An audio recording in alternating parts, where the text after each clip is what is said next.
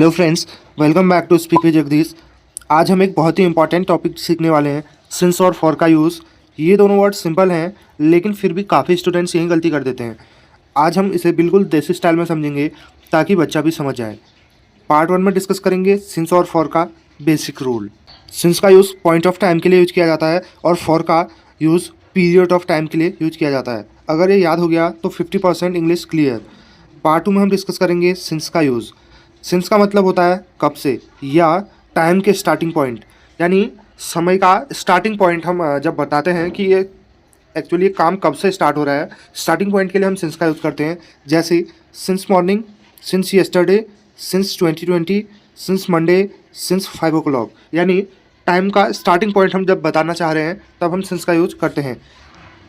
Example से समझेंगे। I have been here since morning. मैं सुबह से यहाँ हूँ, यानी मैं कहना चाह रहा हूँ कि सुबह से यहाँ हूँ। स्टार्टिंग पॉइंट बताना चाह रहा हूँ तो यहाँ पे सिंस का यूज किया गया है। She has lived here since 2015। वो 2015 से यहाँ रह रही है। Since 2 hours, since 10 AM। अब हम देखेंगे पार्ट 3 में फॉर का यूज़। फॉर का मतलब होता है कितने टाइम से, यानी टाइम की ड्यूरेशन। फॉर 2 hours, 2 घंटे से। For 5 days, for 10 years, for a long time. यानी जब हम समय की ड्यूरेशन बताना चाह रहे हैं, यानी कितने समय से हम ये काम कर रहे हैं, तब हम ड्यूरेशन के लिए फॉर का यूज़ करते हैं। एग्जाम्पल से समझिए। आई have bin waiting for 2 hours। मैं 2 घंटे से इंतज़ार कर रहा हूँ। मैं 2 घंटे से इंतज़ार कर रहा हूँ। He has worked here for 5 years। वो यहाँ 5 साल से काम कर रहा है। यानी ड्यूरेशन बताने कितना टाइम हो चुका है इस काम को किए हुए। स्टार्टिंग पॉइंट बताने के लिए सिंस का यूज़ किया जाता है, एंड ड्यूरेशन हम बताना चाह रहे हैं अगर, तो हम फॉर का यूज़ करते हैं। For Monday, for 3 days। Part 4 में हम डिस्कस करेंगे सिंस वर्सेस फॉर ट्रेक। कब से का जवाब हो सिंस, कितने टाइम से का जवाब हो for.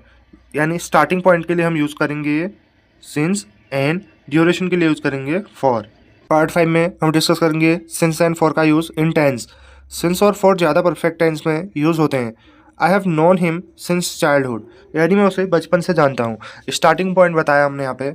She has been teaching for 10 years। वो 10 साल से पढ़ा रही है, यानी टाइम की ड्यूरेशन कितनी है, 10 year, एंड ड्यूरेशन के लिए यूज़ होता है for. We have lived here since 2010। यानी हम 2010 से यहाँ रह रहे हैं। स्टार्टिंग पॉइंट बताया गया है तो सिंस का यूज़ किया गया है। I am living here since 2010। मैं 2010 से यहाँ रह रहा हूँ। I have been living here since 2010। Part 6 में हम डिस्कस करेंगे कॉमन मिस्टेक्स जो हर कोई कर देते हैं।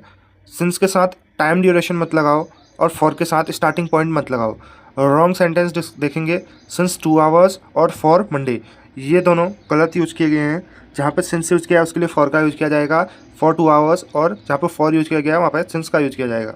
पार्ट 7 में हम डिस्कस करेंगे क्विक प्रैक्टिस। प्रैक्टिस के लिए आपको 2 क्वेश्चन दिए गए हैं, तो आप इसमें फिलअप करके कमेंट सेक्शन में कमेंट करें। I have been studying here dash dash 3 hours। She has lived here 2018। तो फ्रेंड्स कमेंट कीजिए, आपका आंसर चेक ज़रूर करूँगा। Conclusion, since point of time के लिए यूज़ किया जाता है और फॉर पीरियड ऑफ टाइम के लिए यूज़ किया जाता है। ज़्यादातर परफेक्ट टेंस के साथ यूज़ होता है। Keep learning, keep practising. Thank you so much.